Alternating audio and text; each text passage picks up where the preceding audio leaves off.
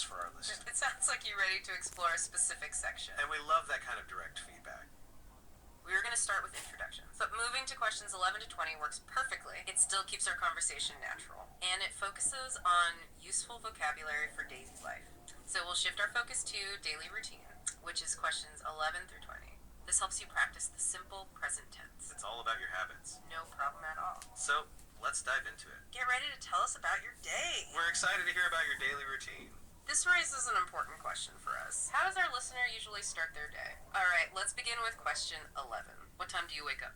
Do you wake up early or a little late? Oh, yeah, I wake up at 6 a.m. Wow, 6 a.m. That's quite early. That's a great start to the day. Thanks for sharing your time with us. Waking up at 6 a.m. means you're an early riser. Do you wake up early or a little later? We just heard you wake up at 6 a.m. That's awesome. Next question 12.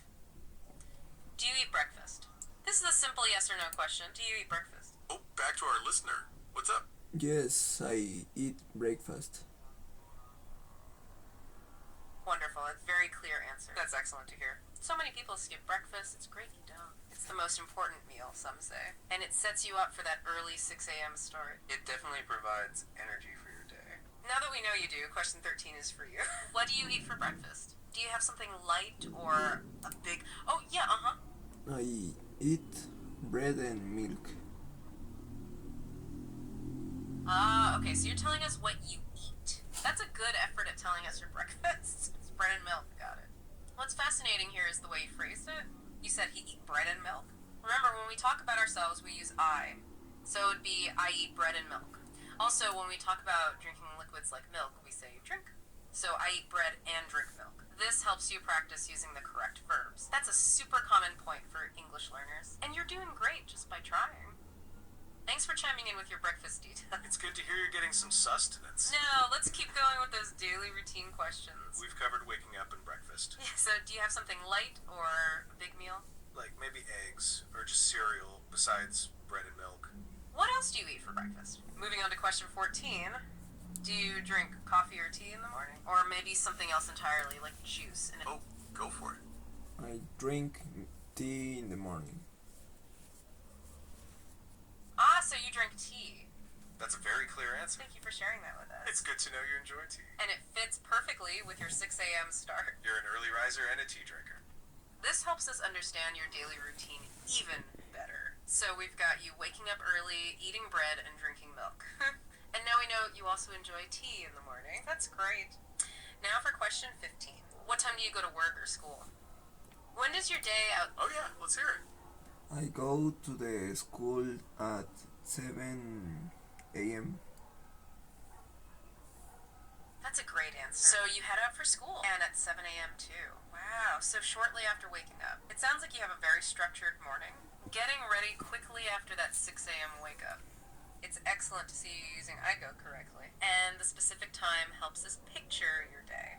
So your day outside the home usually begins early. Right after your tea, you're off to school. You're definitely making good use of your morning. So now we know what time you go. Let's think about how you get there. Question 16 is next. How do you go to work or school?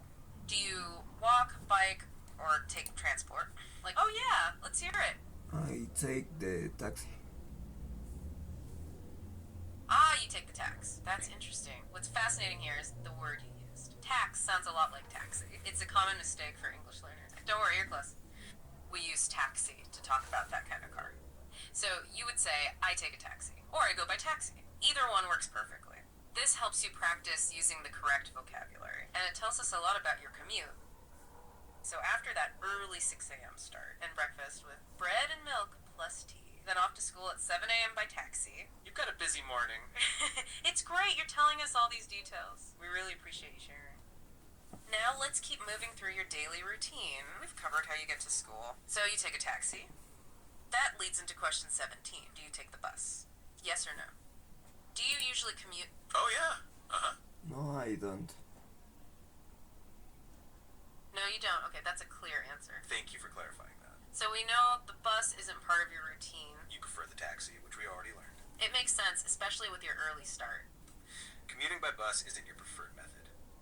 Good to know. So we can move on from the bus question. Which brings us to question 18. Do you drive a car?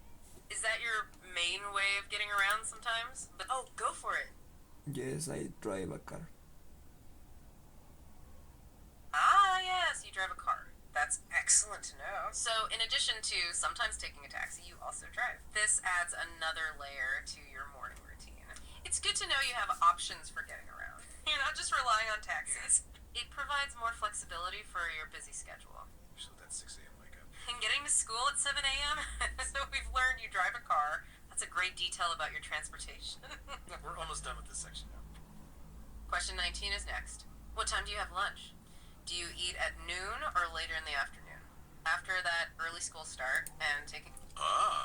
Yeah, uh-huh. I have a lunch at 1 p.m. Ah, okay, so you have lunch at 1 p.m. That's a very specific time, thank you. You're really giving us a clear picture. What's fascinating here is the way you said, I have a lunch. It's a common phrase for English learners. In English, we usually say, I have lunch, without the A, because lunch is considered a general meal. So, I have lunch at 1 p.m. works perfectly. This helps you practice natural English phrasing, and it tells us about your busy 6 a.m. to 7 a.m. morning. Waking up early, having your bread, milk, and tea. Getting to school by taxi or car. And then your lunch break is at 1 p.m. That's excellent to know. Sounds like a well-structured day. Thanks for sharing that detail about your routine. We've covered waking up and breakfast. And how you get to school. Now we know when you have lunch. So that was question 19. And finally, question 20. Do you cook at home?